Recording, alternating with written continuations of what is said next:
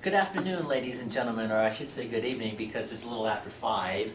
And this is going to be a special edition of Asaph Cafe. Welcome to Asaph Cafe. This is going to be special, and we're going to talk about the Jewish faith. We're going to talk about other things pertaining to Hanukkah, and we have a guest here who's going to explain that clearly. But first, let me introduce Patti Ray. She is our veteran guest because she's appeared on the show more times than anyone else. And this is our 15th episode of Asaph Cafe. Guinness Book of World Records. So this makes it special. Our guest who's going to educate us and guide us, Jeremy, and his wife. Tell me your name again. Stacie. Stacie. So, Thanks for having us on it. yeah, it's my pleasure. You know, my legal name is Asaph, and my last name is Adonai, and so this would be good to, find out because, like, any Jewish people watching, that is my real name. It's Right. not some Hollywood stage name. My name is Asaph Adonai, so we'll get a chance to talk about that. And we know that there's only one true Adonai, which is Absolutely. God, so- Absolutely. I knew that, but I just happen to have the name, and it's a long story. I won't get into that aspect It of took it. me but, a little while to catch on to ASAP because I thought it was ASAP, so ASAP. But It's spelled A-S-A-P-H, yeah, Asaph, and Yeah. there's an Asaph in the Old Testament. He wrote Psalm, I think it's Psalm 50, and then Psalm 73 through 83. Psalms of Asaph. I just happen to have the name spelled the same way, A-S-A-P-H.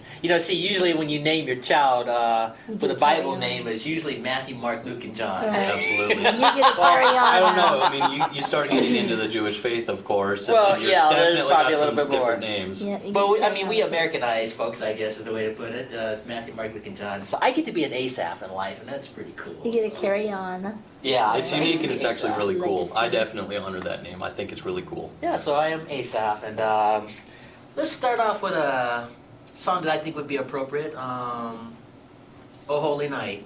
Do you know the words of that song? You're welcome to sing along if you'd like. Can I follow that? Yeah. Sure. Let's whatever. get a key here. Let's see if this key works. That will be your first note. Holy night, the stars are brightly shining. Okay, now let's jump to that middle part to make sure you get that upper note there. Fall on your knees part. Fall on your knees. Okay, we were taking lower. First we got to establish key. This is always the hardest thing about being a musician. Everybody Yeah. sings in different keys, and you got to figure out what key works.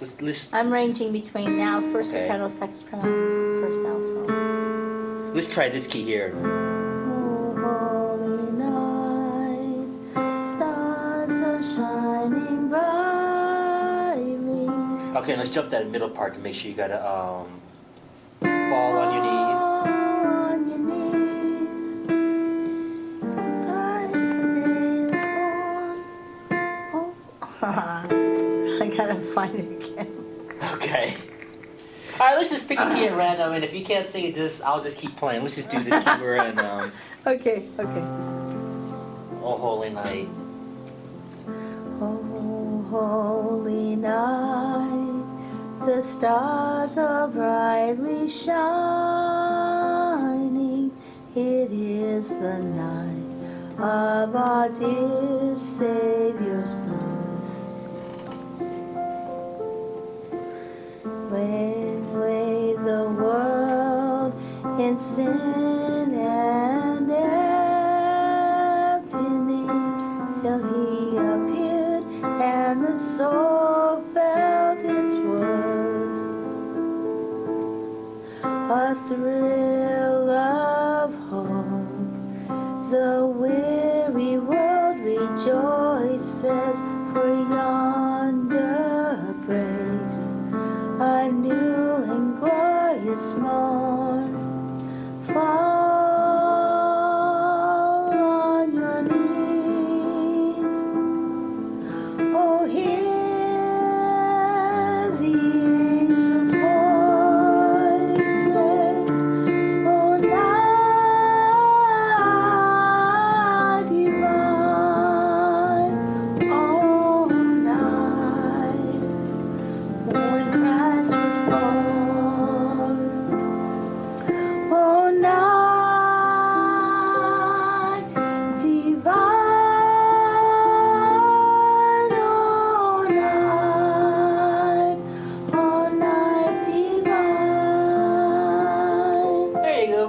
Patti. Very nice. Well done. Well, I guess the first question I would want to ask is, let's talk about this. The menorah. This is called the menorah? This is a menorah, yes. Okay. And it actually stems from the tradition of Hanukkah, where we were actually under persecution Okay. for a while, and actually this was during the Second Temple in Jerusalem.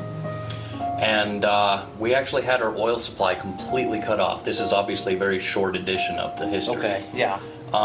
And we actually ran out of oil, and this oil was very important because one of the key elements in the temple was it was always lit. Never would the main lamp go out. Well, when the oil was cut off, we had no ability to keep the lamp going. Okay. So we cried out to the Creator, and we said, what do we do? Can you please allow this light to not go out? Because we need your light in our lives. It was a symbolic meaning of Yahweh in our lives. And he actually extended a single day supply for 8 days, and it continued to burn for a total of 8 days, or 8 nights, until the next oil supply was able to come in. Okay. So the Festival of Lights, or Hanukkah, is actually the celebration of that time. Okay. It was also a time we were under extreme persecution, and there was actually some of that time. Everyone's seen a dreidel, of course, or at least heard of a dreidel, that little spinning top with some Hebrew letters on it. Okay. And this was also during the time of persecution related to that. We weren't allowed to have personal Torahs, or the scriptures, the Holy Scriptures. Okay. So we invented a brand new little game where we just spin a top. If any of those, if any of the Romans showed up, or anyone who we were under persecution, if they showed up and questioned us, we're just playing a game. Well, what we would do is we would actually take a piece of the Torah itself, write it down, so we can keep it on our minds, and we'd hide it down inside. So that Okay. way, we were still able to remember our scriptures and the holiness, but then, if under question, we're just simply playing a game. Okay. And obviously that was brought into more traditional versions in today's world, where now we play for pennies or gold coin, chocolate coins and whatnot for the kids. So that's just like a basic history of this menorah, then, is what you're talking about? Absolutely, yeah. And let's see, I understand today is day 3, technically? We're moving into the second night, actually. So it Second. started last night. Okay. In Hebrew tradition, we actually go from night, as soon as it's fully dark outside. Okay. That's the beginning of the next day, as opposed to like midnight or morning or whatever. Yeah, okay. So it started last night at sunset, and then Okay. tonight actually is the second night. Oh, second night, okay. Right, which is why we have 2 outside candles. Okay, because today is the 18th, so if I understand you correctly, the 17th was like the first official day, or was it the 16th? The 16th? Today's the 18th, Yeah. so it would have been, well, yesterday night. Okay. So right yeah. before, so 17th. Okay. 17. Okay, yeah, okay. And it will go until next Thursday, Okay. when the final night happens. And so the center candle is the most important one. It actually stands for Yahweh himself. Okay. Which is also why we use a white candle most of the time. We don't have to, but I definitely prefer to, because it actually stands for his purity. Yeah, and it stands out compared to the other colors too. He stands above the rest because he is the reason why we were able to last those 8 nights. Now, I understand the name of God has many names, right? He does have, there's a lot of And translations. Yahweh is the main name of God, if I understand correctly? Yahweh is the original name of the Creator. Okay. In today's world, we've given him a lot of titles of, splendor and royalty and things like that. And so it got translated into names like Adonai, El Shaddai, El Elohim, so on Yeah. and so forth. And there's a lot, and those are more titles, but they're an aspect of the Creator as a whole. When generally talking about it, I generally just use the Creator, but I specifically only call out to Yahweh because I wish to honor him with his direct name. Yeah, see, that song I was playing, I heard Amy Grant doing that. I think it's called El Shaddai. Yes. The piece of it.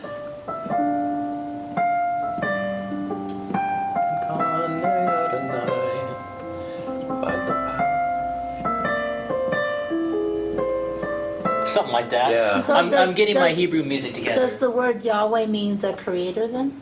That's a very difficult topic to talk about, actually. I dedicated a website to it, actually. Why don't you just tell the audience what the website is, and if they have time in the future, they can look it up. Absolutely. So the name of the website, I only have the first lesson, but it's actually the history of his name.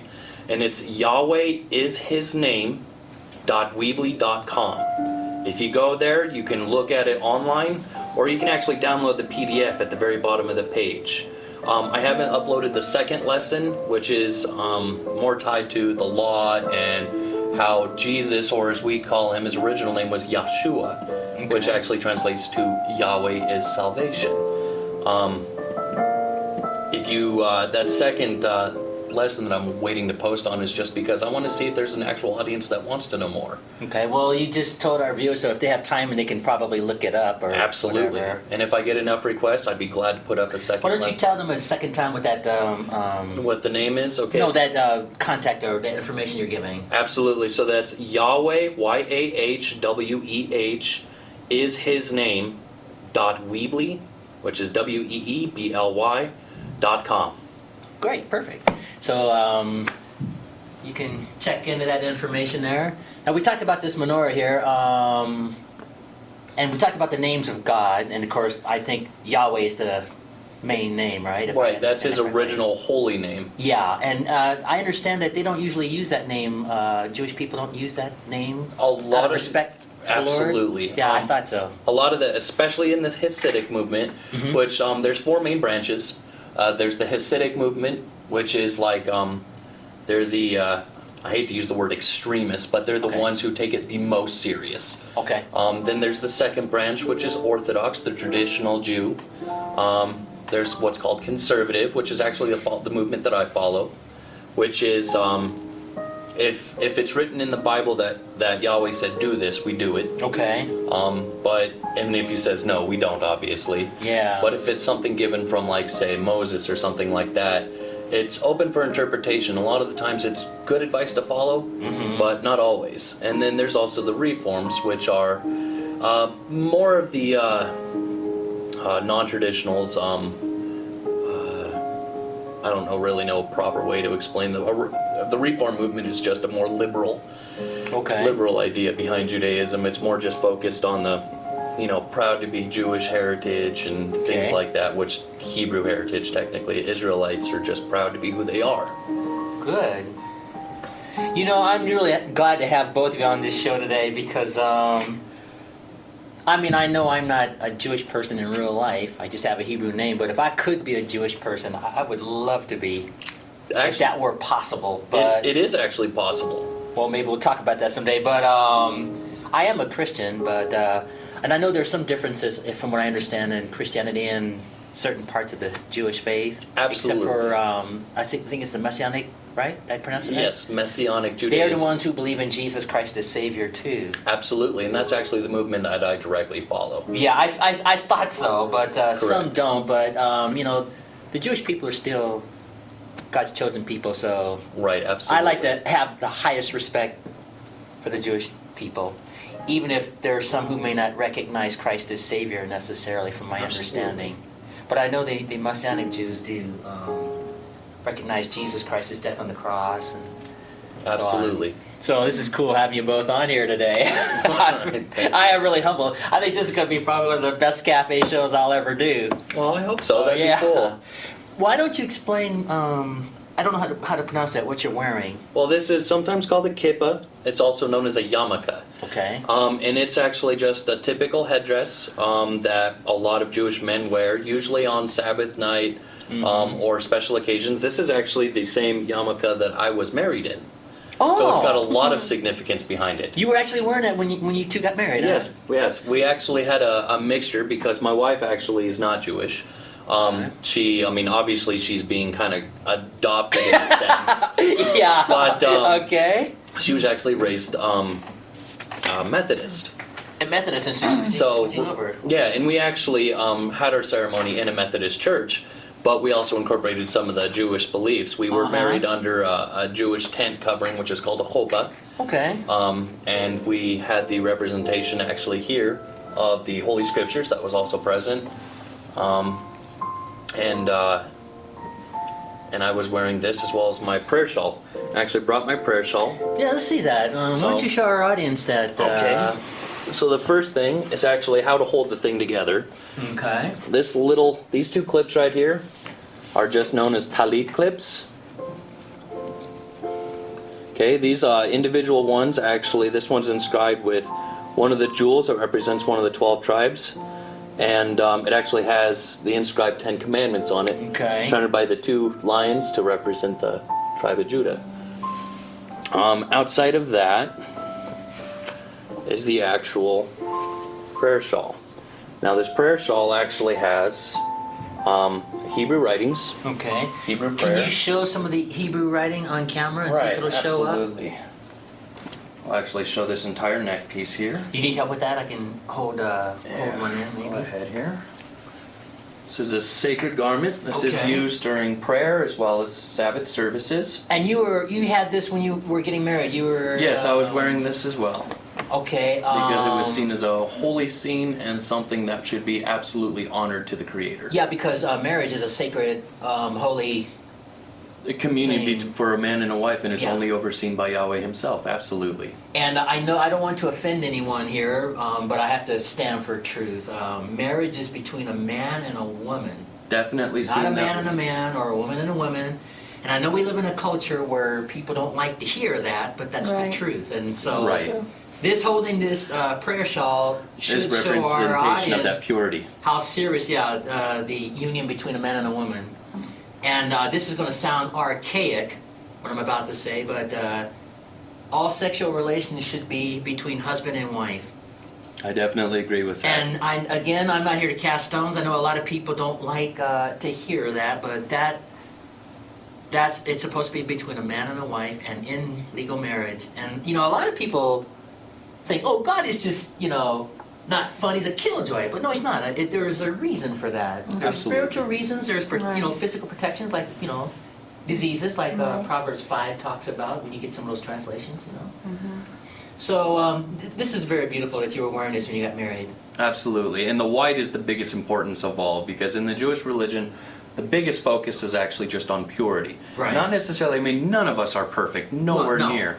know. But the strive for perfection is what keeps us pure. And Yeah, that's I banged why my toe on the wall white is the so other night. important. That tells you I am perfect, I am. Right, exactly. No one's ever going to be able to, well, I can't say ever, but we can't fulfill the true value of the law at this time. So, obviously we rely on Yeshua to help, clear those blemishes. How long have you been married? Yeah, I was going to ask that. I want your wife to stand up. Will you stand up for a moment? Yeah. Get you on camera here. How long have you two been married? We were actually, I chose the wedding day on purpose, that way I Okay. can't be blamed for forgetting. But we were married on 11/12/13. Oh, that's cool. okay. That's November the cool. 12th, 2013. So we've been That's good. married for just over a year. We just had our 1-year anniversary. You can fold this Awesome. up. Absolutely. Now let me ask you a couple of questions. Tell me your name again. I have to get used to your Stacie. name. Stacie. All right. Well, that's a blessing in itself there.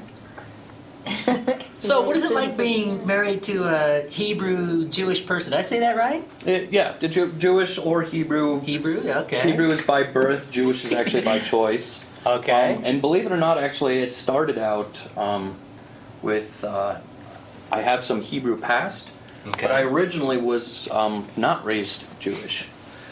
I've got a long history there, which I couldn't even begin to tell the entire story. Yeah, okay. We'll have to save that for when we do like maybe a 2-hour cafe Right. or something one day. But I was formally adopted into a Jewish family. Okay. The Solomons, actually. And you're doing the same thing. You're going to eventually convert. Is that the right word? Converted. I don't know if that's the right word. I don't like that word. Yeah. Convert, Let me rephrase that. Conversion, join, joined into the branch, absolutely. Yeah. We try to avoid words like conversion because we actually dissuade a lot of people from joining. Because, it has to be something that is strictly guided by the soul. Yeah. And it takes a long time. The average is almost 8 years of constant striving to be brought into the Jewish fold. And that's because it's not a conversion. You're giving your whole life and sacrificing everything to represent the chosen people of Israel. I'm listening to you as I look down. No, 'Cause I had to- absolutely. it's tough to play, you know, and offhanded. yeah, so Not I don't quite want to like make a lot of stroking a keyboard. mistakes. Yeah. So is most of the traditions that were then, are they a lot of them carried through now? Absolutely, absolutely. We are definitely a family that, or at least a people that really focus on a lot of traditions, many that stem back thousands of years. Now, you don't have any children right now, do you? But do you two have any children right now? No. I actually... I mean, in your union. I'm not talking about past relationships. I Okay. just mean in this union. No, we do not. We're hoping for a child eventually. Great. Well, may the good Lord give that to you. Absolutely. Your heart. Right? And listen, I want to ask a question for you so you get a chance to talk. Can you think of a question we can ask her? So have you been able to adapt to a lot of the food of the culture? That's a or good is question, Is yeah. it just kind of... I haven't tried a lot of Jewish dishes. At our wedding, we had what was called matzo balls and soup. We had that, and that was really good. I really liked it. But I say the hardest thing is giving up pork. Oh, I hadn't thought about it. You can't have like bacon and pork chops and No. things like that? Right. Yeah, I gave it up. You know, that never even Oh, occurred to wow. me. Yeah. A lot of Yeah. people, and a lot of people actually focus only on the pork. There's other foods too, like Well, shellfish and things like I that. would miss I don't ham. really eat pork. Just I I would eat it once in a blue moon. I might get in the mood for a piece of bacon or something. Or but- BLT or whatever. Yeah, that's it. I'd have a hard time giving up the ham. They have beef bacon now. That's really good. It's all beef. Yeah, It's well, actually really good. yeah. So I didn't have to give up all bacon. Let's for talk about that it. for a second. Why is it that the Jewish people don't eat pork? Is that it? Yeah, well, pork and many other foods, of course. Well, let's focus on pork for a second, like bacon. And is there a specific reason for that? Well, in the what you guys call the Old Testament, Okay. you guys obviously just meaning the Christian nation as a whole. Okay. It actually is one of the dietary laws that Okay. Yahweh gave us, and He said, "Do not eat anything that does not split the hoof and chew the cud." And an example of that was the swine or pig. Okay. They're seen as unclean, and there's even some scientific studies going on now Yeah, to figure out I what's was going on about that. familiar with that. So, if they lived that way in the Old Testament times, you're still doing it now in the 21st century, pretty much, right? Absolutely. The Jewish people. Yahweh said, "Don't do it. It's not open for interpretation." Oh, in my I mind. see. Okay. Well, we have to respect that. I feel No. guilty after that No. piece of No pork chop. No pork bellies, no pork bellies. Yeah, I have to admit, I had a pork chop just last week. That's like once out of like so many months. Right. And we don't condemn people for that eat that stuff, of course. You Well, know, I that's- didn't have it's a much money either, so it doesn't matter. I'm not Liberace with $1 million yet, you know, Right. playing the piano, so. And I've sometimes- actually, and I'm going to be honest, I have broken kosher in the past because, like I said, I mean, I wasn't actually properly raised Jewish. You know, I mean, I actually do have some Hebrew blood way back in my family past, but it's Have actually you done fairly small. genealogy? I've done some. I know that on my father's side, I actually stem all the way back to the Anglo-Saxons. We were one of the Wow. oldest names written down in a monastery out of England that they've got access to, which is Dunham. That's my father's last name. My mother stems from the Brocker family, which is extensively German, actually, but Okay. it actually stems back to Judaism as well. Wow. So, I mean, it's pretty crazy. Definitely European. But yeah, so I don't know. I don't know what else would really expand there. I'll But make on some- the back on the pork subject, Okay. though, on the more scientific notion, Okay. because a lot of people are like, well, I mean, that was back in the times when you couldn't properly cook pork. Yeah, I you had know? heard that. I had actually heard that. Yeah, so I mean, and so therefore we can adapt to today's society. Mm-hmm. Beyond the fact that obviously it's written in the Holy Scriptures, so I feel, well, Yahweh said don't do it, so don't do it, period. Okay. But even on a scientific level, if you want to look into some of the history, I don't have a website to quote on this one. You'd have to, Google it or whatever. But there has been some recent scientific studies that actually show that a lot of those unclean animals actually affect the human genome. Oh, okay. And it actually slowly, I mean, it's not like it destroys your humanity or anything. Right. Yeah. But it actually does eventually cause diseases genetically.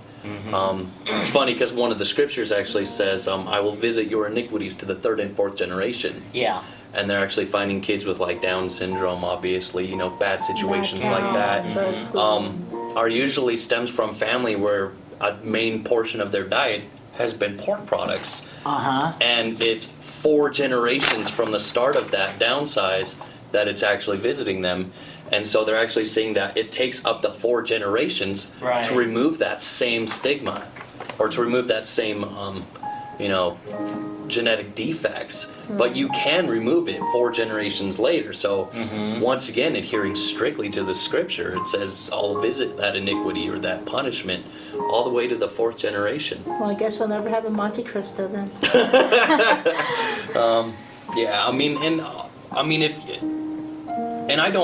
not blunt about it. If I go over to a friend's house and they don't understand my Jewish faith or whatever, I'm not, and if they serve me pork chops, I'm not just like, oh, sorry, can't do it, Yeah, I'm well, Jewish. some people probably would. Some do, but actually, it actually did happen to me. I mean, at first I was having a little bit of turmoil with it, and it was when I was still just dating Stacie. Okay. But I just said a prayer, and I just, I ate. They gave it in front of me, that's what Yeshua would have us do. Yeah, I think there's passages that say something about if somebody serves you something Yeah. in their home, just go ahead And that eat was it. actually to one of the disciples, because he actually sat with the Gentiles, Yeah. or the non-Jewish. And so he was saying, no, don't stick to Judaism. You're supposed to bring these people into our flock. Being Judaism under the following of Yeshua. But yeah, I mean, if another scripture is if you lay down a stumbling block for someone else, you're causing them to sin. Yeah. So yeah. if I think, pork's bad, that could be a stumbling block for someone. So yeah, I partook. I just asked Yahweh to, if it was seen as bad, then I would ask forgiveness, and but also just bless it, because I do this for their honor. I'm going to take this opportunity, make a little comparison here in a sense. And you've probably heard this before. I'll word it this way: the Christians believe that Jesus Christ came from heaven. I'm just shortening it because for sake of time. Right. Came from heaven, came to this earth on a rescue mission to save us from the penalty of the sins that we've done in our lives. Absolutely. And so Jesus lived a perfect life, and then he went to the cross as a sacrifice, who satisfied God's righteous demand for perfection and so on. Right. And so Jesus Christ took the punishment for mankind, and then he died on the cross. His death on the cross was God's method of the holiness and the justice of God that says sin must be punished. Absolutely. And now, because Christ has died on the cross and of course was buried and rose 3 days later, now God can offer a pardon. Absolutely. And we're talking about an eternal pardon, because see, the thing about Christianity, people don't like to hear about hell. No.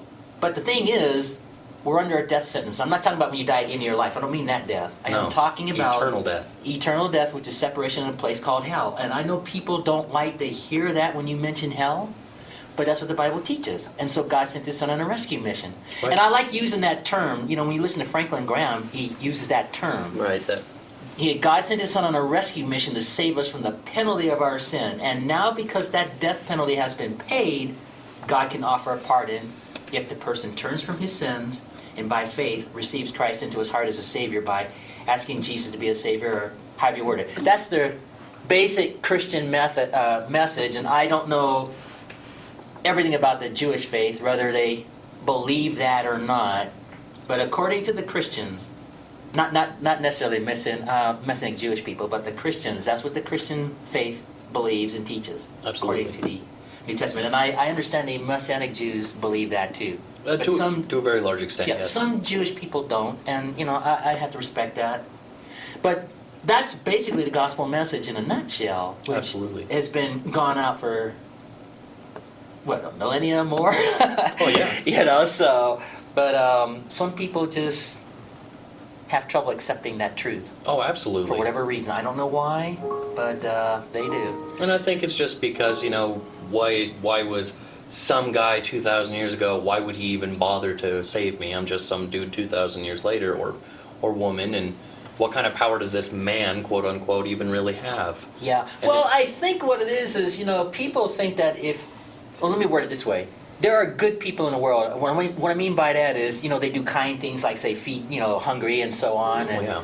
and there's nothing wrong with that, but God has a standard of absolute perfection. So even if you're Absolutely. feeding someone for the Red Cross or whatever, by God's holy standard, that doesn't come close. Nope. That's why God sent his son, Jesus Christ, who was perfect, to die the perfect death on the cross. Absolutely. And when I first heard that message, I was listening to Billy Graham, the evangelist at the time. And at the end, when they give that presentation, they give this, what they call an altar call. Of course, I was not at a crusade. I was watching it on television. So Mr. Graham just looked in the camera and said, if you're watching this broadcast and you'd like to ask Jesus Christ to be your Savior, you can just pray this prayer. And I knelt in front of the television set and I prayed the actual prayer that was said over the air at the time when I decided I wanted to become a Christian. It was a long time ago, but that's my story. Oh, they had TVs back then? No, I'm just Well, Oh. No, I'm just kidding, They did Asa. have TVs then. We're under the grandfather clause. Well, speaking of I'm old just teasing, people, I'm just teasing. that's a good joke. No, I'm proud of my age. I'm 56 now. Are you really? I am 56 years old. Well, you don't look that. I will easily say that. You don't Well, really look nowhere near I'm that. very humbled that I got to live this long, but Absolutely. I asked Jesus Christ to be my Savior a long time ago, and I've not always done everything right and perfect, but as far as accepting Christ, what the New Testament teaches, what the Christians believe, the moment you ask Christ to be your Savior because He died for your sins, you're forgiven. Absolutely. That doesn't mean you won't do anything wrong, but you're forgiven. So when you get to the end of your life, God is not going to see you. He's going to see the covering of Christ over your invisible part of you, your spirit, your soul. Right. That's how you're going to get into heaven. Right. And actually, actually have a someone who recently fell into my version of Judaism. She actually was just traditional Christian, Okay. but she really wanted to delve into it a little bit heavier. Mm-hmm. And one of the biggest things that helped her out was the significance I put on who Yeshua or Jesus really is and his significance when he gives that sacrifice. Because keep in mind that when we accept him, Right. from that point back, we're seen as without blemish. We're seen with the same purity that Christ was seen as well. But after that point, you can still sin, and it does dirty your blanket, or your covering. It does make you no longer without blemish. So you do need to re-ask for forgiveness. And Yeah, but I'm talking about these getting Right. saved. You don't Right. have to be saved over and over. no, absolutely not. No, that's what I was talking But about. the cool significance that I say is keep in mind one thing. We all want to go to heaven. We all want to be saved. But the significance behind it is, and a huge thing there is controversial in a sense, because when we go to that final throne and we have our final judgment, every time our entire life is going to play out in front of everyone. Yeah. It's not a private show. The entire world, the entire universe will see our actions before the final judgment is cast on everyone.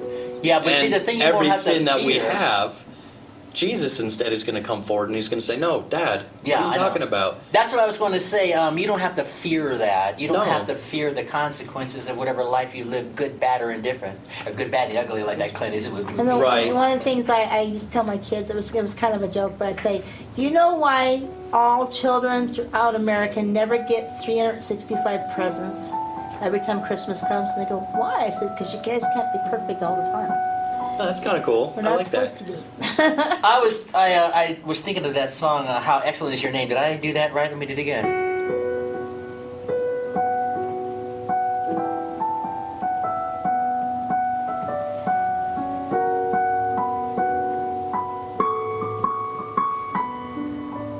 Something like that. That's I like that. That's Well, I'm working on my Hebrew material. Maybe a year from now I'll have it down like I want it. right. They actually have started to release some of the Paleo traditional Psalms now too. Yeah, maybe I'll Paleo learn some of Hebrew those is too, the yeah. very ancient, archaic Hebrew which was written in block. And they actually have figured out a way to figure out how they were sung now too. So now they've been able to go back and really start to study that, and it's beautiful, beautiful. Let's music. go back in time. I I'm like gonna. the one that Mariah Carey and Whitney Houston did. You mean for Mary, the, did you know that oh, let's song? do that, okay. That was a very. Let me do that for you. A short version of it.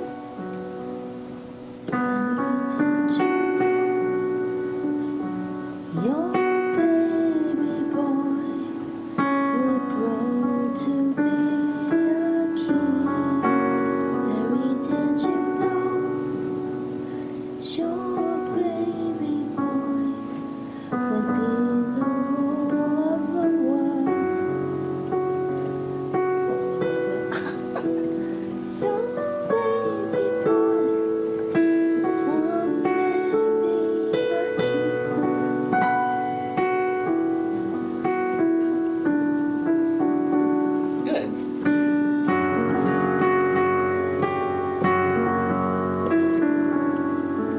Oh, I'm sorry. Oh, it's still beautiful. I love that You know, song. I do have to say too, Asaph, I really love your interpretations. I mean, obviously some of it's just strictly by the book, but your interpretations of a lot of this music is very, very beautiful. Well, I'm very humbled by that and give God all the credit for that. But I was classically trained, as you know, as a pianist. Well, okay, let me explain what I mean. Normally, when you are taking piano lessons, you might do something like this, just straight. Like this song from Bach.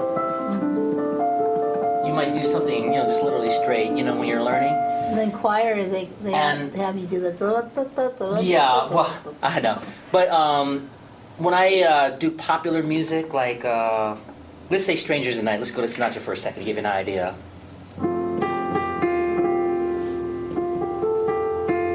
You know, you've heard that song. Right, right. And usually in supper clubs and things, they play it pretty plain like that.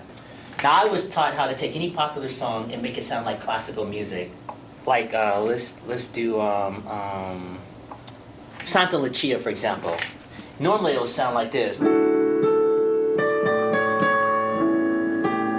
I know that song. You've heard that song, right? And then I'll do something like this. See how it sounds like classical music? You notice that? Yeah.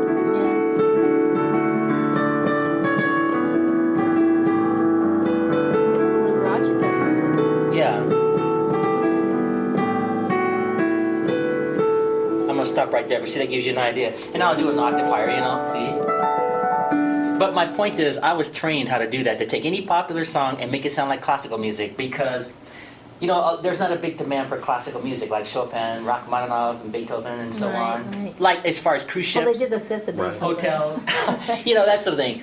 So one of my teachers said, okay, well, we'll just take popular songs, make it sound like classical music, and then they get their classical, and And a little The bit more of popular. yeah. that's where I developed Like you were showing that. me a little bit earlier, like Michael Jackson's Bad. Yeah, listen, Michael Jackson, let's see, Okay. I'll do a beat it.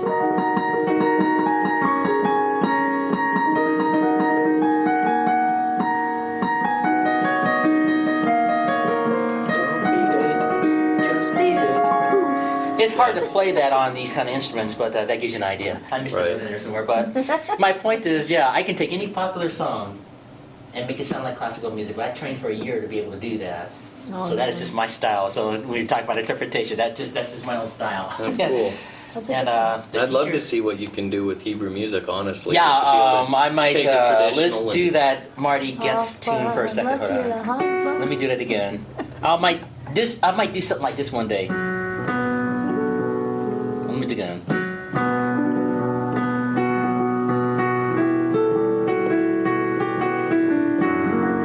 You know, something like Yeah. that. I don't know. I had to work out the bugs on that. Right, of course. I mean, it's all just about growing in Yeah. every way and just trying to get it to really get the tone out of the original message, but also kind of and expand then on figure. it.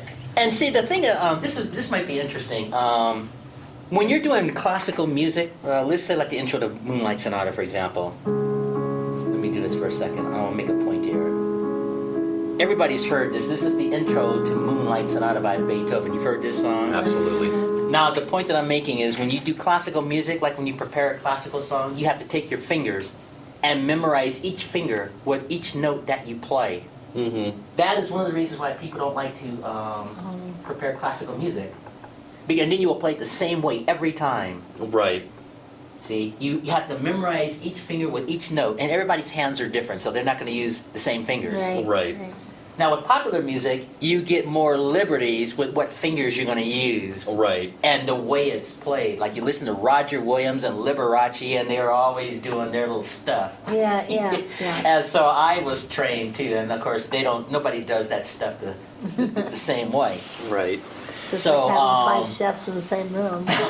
Yeah, so I trained for a year to do that, and I have to thank the late Marshall Coswell. He was a music educator and Was he your professional teacher? pianist. Your teacher? He was one of my teachers, one of my Ah. piano teachers. And he used to play at the Northern Hotel, and at that time, and he just showed me a lot, taught me a lot. Good And then when he mentor. finally retired from the hotel, they hired me. That's how I got my first job as far as Oh, well, that's here in Montana playing the piano. Wow, that's really It's cool. Yeah, because before when I would play, I'd do I was still something like surprised to this. see you at the Patti Creek store playing. That was surprising. You know, you play something like that. That's Guantanamera, you know. Guantanamera. And so now I haven't been trained. I'll do something like this.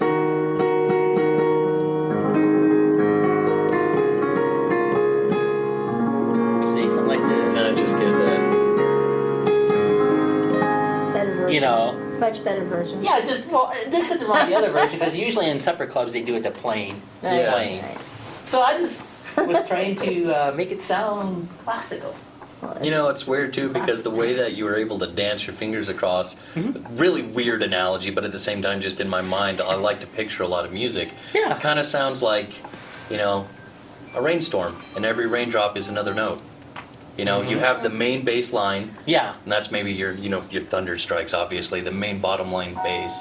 But then you got all the surrounding. Yeah, as long as you can hear the raindrops. distinctive melody. Absolutely. Yeah. So I trained and practiced a lot to do that. But yeah, I mean, tying back to a little bit of Hanukkah, by the way. Okay. Another thing that I did want to focus on also. Yeah, I was going to get to this here. Yeah. We've got plenty of time. We still got about a half hour to go. Oh, perfect. here. But, I'll just hand this to you. absolutely. And you can.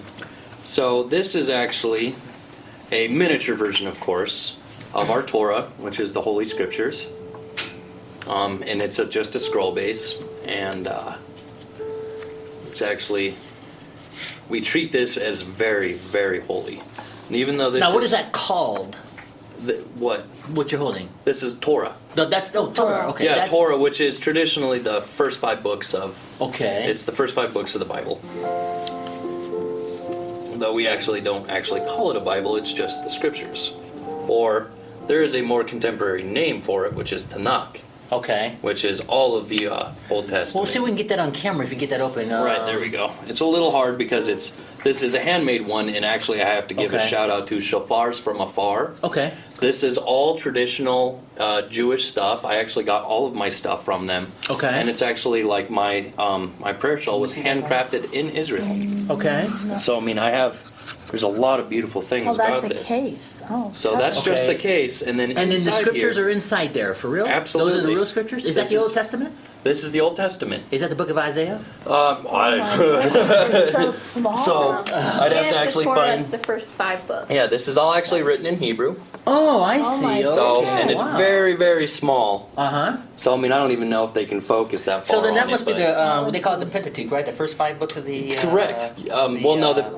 Yeah. So it'd be the first 5 books of the Old Testament, wouldn't it? Yes, the Torah. The Torah is the first 5 books. Okay. The- And that's what, you think that's what this is? Is this the... This is the traditional Torah. Yeah, I mean, does it have the, is it the Genesis and so on? Or is Yes. it- Okay. The Pentateuch is more of a modern day version, or not modern day That's version, so but a Show it on that transliteration. camera. Let's see if it'll pick up. It probably, I don't know. I don't know. It's very, very small writing, so I don't know if you'll actually be able to pick that That up. is really, Okay. really small. Yeah. Very, very small. And Very how small. far does that expand out? I couldn't unroll it all really. Okay, that's fine. It's very, very long, and because of the significance of this, we treat it so holy that usually you're not supposed to have more than 2 rows showing at a time. Okay, that's fine. We can respect that. Well, you Um, can put that away then if you want. But I'm glad you showed our audience that. That's interesting. But yeah, And it's then over definitely- there, isn't it like really, really large, the rolls? They do have some the traditional one that is usually held in all of today's temples they can range from 10, 20 pounds, but they can get all the way up to as much as 120 pounds. Wow. And yeah, they can get really extravagant. There's actually a Messianic Jewish congregation. They don't have their own temple up in Lolo, Montana, which is fairly close to here, obviously, as you guys know. And they actually have a Torah from Poland, and it actually survived during World War II. Oh. And this was under great persecution. The Jewish people there tried so hard to preserve this that they were able to hide it, but you can even still see some of the underlaying scorch marks and burn marks. It never truly affected the scriptures. They tried to burn everything around it, but the scriptures themselves stayed completely intact. That's So the outlying edges are sometimes a little burned or browned, but all the actual writing is still in pristine condition that because it shows you the survived the power right bombings. there. I think the power of God, if you want to save or to protecting the scriptures like that. Absolutely. yeah. So I mean that's a really cool history for them that I think is really neat. I mean, and it was donated to them, which was even better. Well, I'm glad to have it on Yeah, I'll that is- treat that that is sacredly really and put that cool. on the piano there. Right. And traditionally, we have it. You know, we always Next to the menorah. Okay. not necessarily always right next to it, but usually when we place a menorah, we like to have the scriptures nearby. It's one of the traditions. Okay. Well, I was kind of wondering, okay, not to try to switch things, but on the food part, you see a lot of commercials where they go, this is a kosher deli. So how does that play with your guys'? That's a good question. Let's talk about that. Kosher is, well, if you're talking a traditional kitchen, it's actually where meat is separated from dairy completely. In a modern day house, especially among the Orthodox people, it's actually, you have two different kitchens. Okay. Two actual full-size kitchens, and one is used only for meat, one is used only for cheese and vegetables and stuff like that. And everything has its own utensils, two stoves, everything. And it's just to keep everything separated because we're actually supposed to, one of the it's don't boil a goat's meat in its mother's milk, which we took that as, okay, well, we're not supposed to mix dairy with meat. You know, and so by doing that, we're able to keep pure even on a minuscule level. And it goes much beyond that, of course, because I mean, but that's just Well, we're going to just One because example. of time's So there sake wouldn't and be so cheese on. on your sandwiches then? generally speaking. So, but a deli sandwich, like a kosher deli shop, pretty much all that means is that just all the meats are completely separated. If there is, Okay. usually it means there's no pork involved. Right. Everything goes through its proper cleaning process and So it's verified. like those Hebrew national hot dogs that they have. Those are that- kosher hot dogs. Those are real kosher hot dogs. Those are actual. I've eaten them. They're really good. Yeah, I have too. I They're like them. very rich, and the reason why is because they only take specific parts of meat. Right. I mean, it actually, even in the scriptures, it actually tells you what meat is good and what meat you should avoid. And so by taking that choice meat, not to mention is prepared properly, as according to kosher systems, you get also the most flavor out of it. So yeah, they're more expensive, but the flavor you get out of those things, it's Yeah, I've had amazing. those. I've had them. They're very good. Well, that's interesting to know. I won't feel so bad when I've eaten them. Yeah. Yeah. I understand. I'm getting a real thing Yeah, there. so I've always wondered about that because I've heard a lot about kosher. But it is more expensive, but that's just because they take the $7 for a packet of or something. Really? Yeah. Wow. Very But expensive. there's big reasons behind it. Not only is it pure, but during the entire process, even at a plant, a rabbi is hired the entire time. There's always a rabbi on I shift did not know to that. pray over it and ensure that everything's being done properly. I mean, literally getting paid to oversee the production of food, pray over it, and guarantee its cleanliness. That's cool. So that's why, I mean, you're not just paying for the meat. Right. You're paying for the purity that a rabbi prays on behalf of Yahweh the Creator to beseech, to make sure that your food is absolutely clean, both physically and spiritually. Wow. There is a store on North. Well, it's actually on 3rd Street, and where North Reserve, the bridge is about to begin. There's a good food store that has a lot of kosher. Yeah, they actually have noticed they're starting to bring in more kosher. It's actually very difficult to stay kosher in Montana. The next actual kosher store is Spokane, Washington. Oh, right. There are no actual dedicated kosher stores in the entire state. Wow. So the only way that you can get proper kosher foods most of the time, other than the occasional thing at the good food store. Right. Actually now Albertsons finally has 5 different shelves. Not shelf halls, just it's one little span with 5 individual shelves of kosher foods. Yeah. But I had to learn that when I went to Arizona. I had to learn that the percentage of the stores have a lot of Hispanic food, and so the foods that I'm used to because I'm Irish, I was going, wow, what am I going to do? And then I learned why everybody has to stay, if you buy ice cream, why they have to stay right there and eat it, because of the degrees, it's really hot. right. Yeah, so that was very expensive. Short little version while you were discussing drummer boy. I think that was an appropriate tune while Sure. doing that. Now, is there any other things you want to talk about? Because we still have plenty of time. Anything you can think of? Oh, I know what I wanted to do. I when I said I was gonna go back in time, I think this is an appropriate song. Let's see if you know this song. As long as it's not from Fiddler on the Roof. No. No. Let's talk about that for a second. That's not Here really. comes Jens That's not Barbara. really. That's Hebrew. not a proper explanation of anything. Okay, I know it's just a movie. I just wanted to just. I won't What go about into. Yentl? I've actually honestly never seen Fiddler on the Roof. Okay. Because it's such, I guess I've heard a lot of bad things that it's so extremist stereotypical that it gives Okay. a bad reputation. All right, well, we'll save that for another day. But let's get back to this song. I'm going to play this song. I think it's an appropriate song, and see if you recognize it. I'm sorry.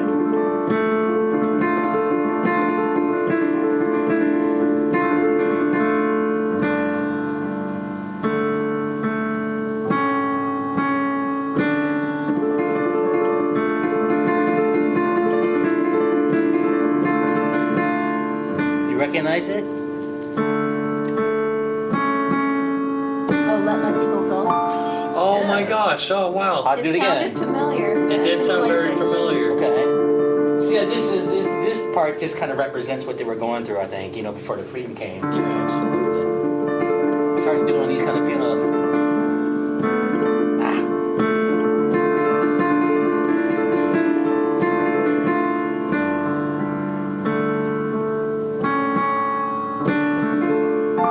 That's when I recognized it.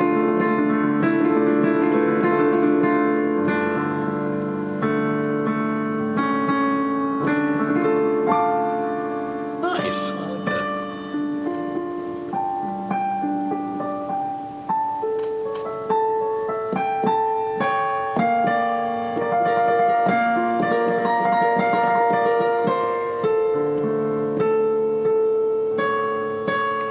There you go. Let my people go.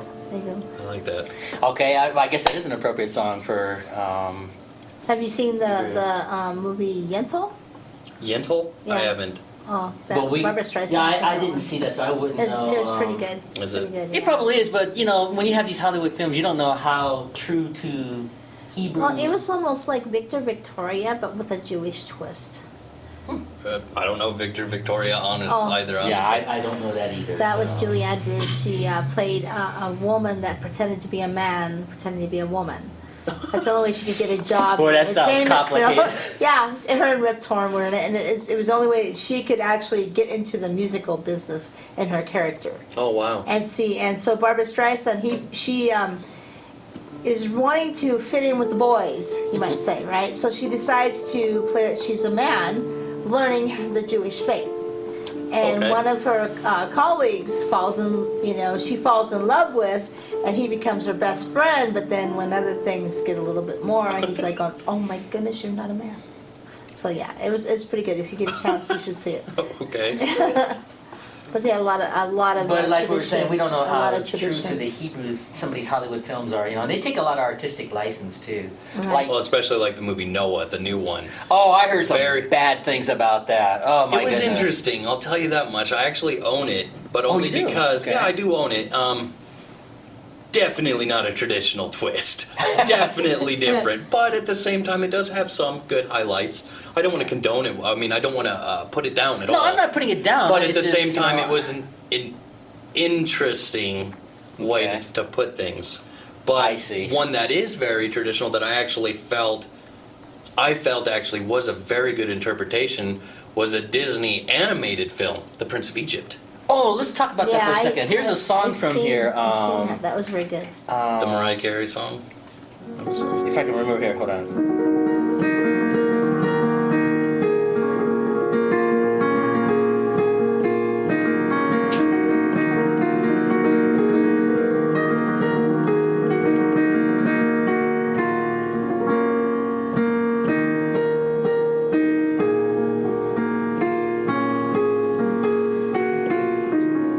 Something like that, but that was a pretty cool song, When We Believe, I think is the name of that. And it had a part that goes something like this.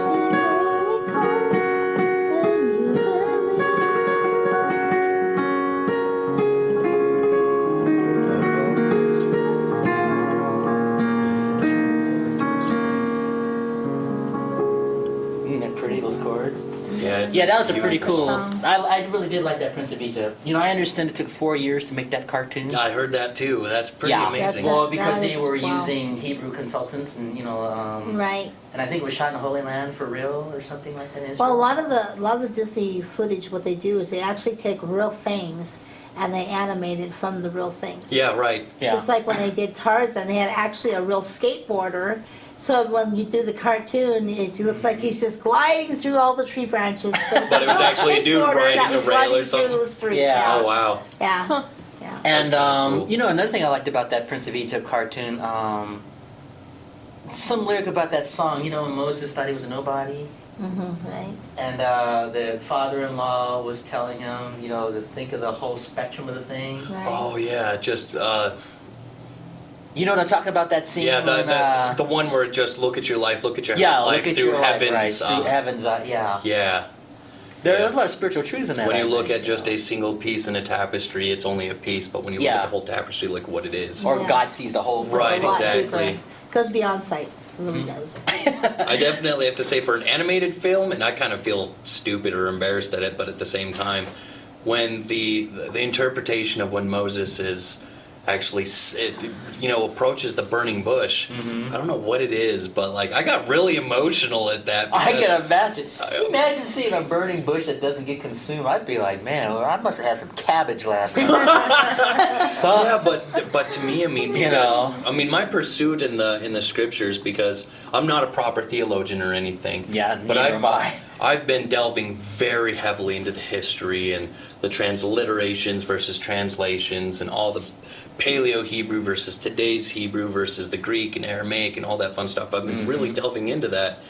And I felt such a strong emotional connection. Yeah. That's why I'm so thankful for this time of the year, because I get to remember the past on the Jewish level, but now I can also incorporate the thankfulness for Yeshua being in my life and Yahweh giving me that grace, which is really amazing. I mean, traditionally, we accept Jesus' birth right around April, but the fact that we were able to incorporate it, the holiness behind it, and all that fun stuff, it's still an amazing holiday, regardless of all the controversy because of, shops wanting to get their money's worth or Oh, whatever, everything That's why being children are commercialized. confused because they start in October and they're going, okay, is it a costume or what is it by the time we get to December, So it's hard for them to stay Well, it's good focused. to remember the real meaning of roots behind Christmas it. and talk about that. Yeah. I'm not trying to pick on Santa Claus. It's not about No, Santa yeah. Claus. Santa Claus. It's One about thing, the birth of Christ. right. One thing I do definitely want to get away from the stereotype and make sure I get out to the audience too. Hanukkah is definitely not the Jewish Christmas. A lot of people have a lot of unknown stereotypes, and a lot of people make a lot of assumptions. And Hanukkah, it's around December. So is that the Jewish Christmas then? No, it's not. Christmas is centered around the birth of Jesus Christ, and a traditional Jewish person doesn't recognize Jesus as the Messiah.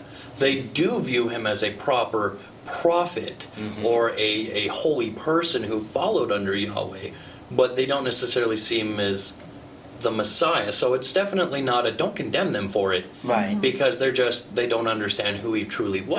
Right. Well, my but there's still That's why holiness Jesus behind said him. they know not what they do. Yeah, exactly. Well, my understanding too, and I'm no theologian, Jesus, even though he is the Son of God, he is God incarnate in human form. You probably heard those terms before. Right, of course.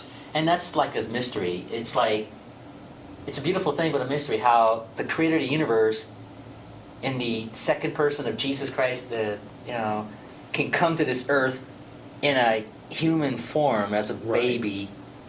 And he was man, but he was God in human form. That's Right. just mind-boggling. And there's That's actually pretty cool that, That's, God like that's walked why in the I earth. really Yeah. I love hearing things from the Bible archaeologists. I just love finding out because you've got all these politicians and stuff trying to always intervene. when Oh they yeah, shouldn't. absolutely. And they've got to spread it around to work it towards what they write down. Their ultimate goals, right? Yeah, and it's Yeah. not about the money. That the money is worthless right now. So Right. it's not about the money. And the archaeologists don't do it for the money. They do it for the adventure of going. This is really back in history here. Like they actually People found weren't chariots lying. on the bottom of the Dead Sea or Dead Sea, I believe. wherever the parting of the sea was. Yeah, the Dead Sea Scrolls. They actually found old chariots down there from the time. Wow. Like still That is pieces cool. of it, so to prove that scientifically, yes, the parting of the sea happened. I mean, there's some Oh, I thing going believe that, around but where... it's just amazing that. And just like when they that now we found can Noah's find it. Ark, they actually Right. found it. you Well, know, now they didn't think it's a expect it. conspiracy. Of course, it always gets muddled up. Yeah. And now they're saying that the parting of the Red Sea was actually just there was so much salt that they were able to literally walk on water, and that's all Yeah, it that's was. crazy. I- No. Weird I- stuff like that that. the but- water's actually They're doing that so parted. that way they can throw people off, so that way people don't have to think, well, maybe some things go beyond what you actually see, Absolutely. you know? Because we uh, can't say for back then, we weren't back then, but if there's some kind of proof to back what we're saying, that means there is truth behind the Bible. Absolutely. And on that note, let's do one last final tune. We're winding down here to our last final moments. Okay. And if you want to sing like you did at the beginning, we can. If you all want to hum along as I'm How playing. about Silent Night? Okay, let's end this with Silent Night. I like that. And before we conclude, tell me your name again. I gotta get used to your name. Stacie. Stacie. Our special guest, Jeremy, Stacie, and of course our veteran guest, Patti. And we hope you've enjoyed this special segment of Asaph Cafe. I call it the Hebrew show, Happy Hanukkah. Jewish show.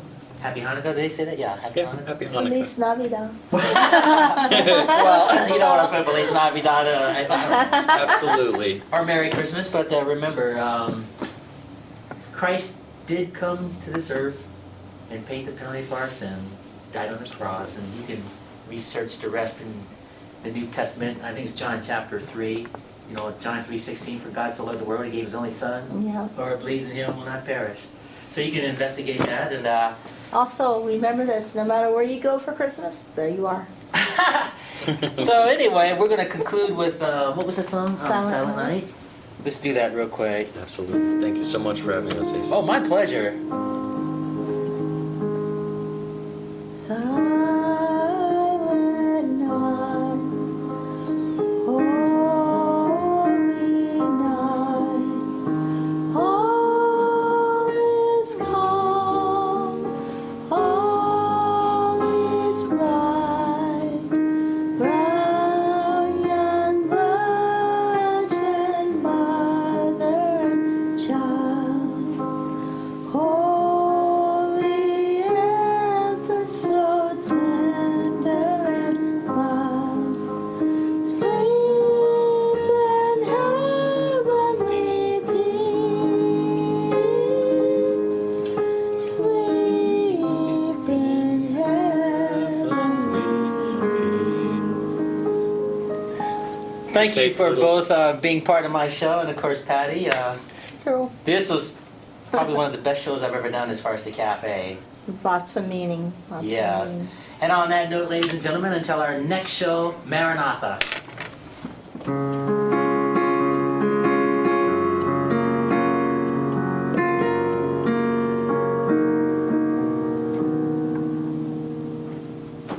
There you go. Yes. very That's good. my closing theme song. Oh, nice. That was cool. That's why I like freeze that. on Now that I'm going to chord. steal an M&M. Yeah, go ahead. This is really good. I enjoyed this. Did you? Yes, Well, I really did. too. This is one of the best cafe shows. I'm going to try to load this up within the next 15, 20 minutes, depending on how fast I can get it on the YouTube tonight. I did I'll forget to explain the significance of each candle, but Oh, I'm that's sorry. okay. It's too late now. Right? Well, I think they got the gist of that there. Well, they can get a hold of you too. Yeah, they're going to probably, who's ever watching, you'd be surprised how many people watch this show. Yeah. No, I'm not talking about 15, 20 people. Well, right, no. A lot of people watch not only this show, but you know, this MCAT. Yeah, it circulates. Yeah, it does. Cool. It really does. I have people walking up to me all the time. Hey, I saw that cafe show over here. That's been happening for the last several weeks now. People Nice. been, Well, that's a good thing to yeah, hear, coming though. up to I me. mean, it cheers you People I've up. never seen or met. Like, hey, I saw that cafe show. You play pretty good. Or some people like. I like that little accent you just did. Some people like the concept of the show, you know, just the cafe setting. I think I get more compliments about that. You know. Yeah. They don't have a lot of cafes in there. Glad I wore black. It was a little more slimming. Looking on camera, I'm like, hey, Well, all what you right. see here is not what you're going to see in the finished product. Oh, so it's going to show my fatness? No. What I mean by Well, that is I hear like. 10 extra pounds go on there. No, so what I I'm mean by like- that is like, when you have a camera that's shooting to the right, for example, it really is on the left or something. Oh, right. So this is just a guide. Like Right. when I use this as a corner of eye, no, it'll be way better. The angles, everything. This is not what you're going to see. When- Right. The first time when he did paint in black, I went on just to check it out, and I couldn't believe Facebook and all of them. They were actually going, and here's this guy doing paint, but here's Mickey Jagger, I'm going, wow. Yeah, I haven't seen that yet. Somebody's They were comparing me actually to Mick Jagger. They you were know? all over with Mick Jagger. They were Oh my like gosh. the original Yeah, footage somebody. on Ed Yeah, Sullivan. somebody is comparing me to the Mick Jagger on the Sullivan Show with my painted He black. did the classical version, so everybody's like, well, let's see, is it rock or classical? They're like doing a big Nice. deal. It was I don't know. awesome. Somebody's got quite an imagination, Yeah, for sure. Well, let me That's cool. set down the cafe. But no, this is a great show. I'll find out the times. I'm gonna ride home with you guys anyway. Yeah, absolutely. I'm gonna find out the time when that's gonna air. You think now you Christian won't be is able to going to see have it enough on. time to record this? I don't know. I'll have to ask him. Okay. I'll have to ask him. So we actually have the lighting ceremony that we're going to do tonight. Yeah, by he the gave way. me my first Christmas present. Was the taping of our Christmas. All right, on. Yeah, it Hold was on, that Asaph, time let of me give you year. a So you hand. guys did me a favor because now I'm up to episode 15.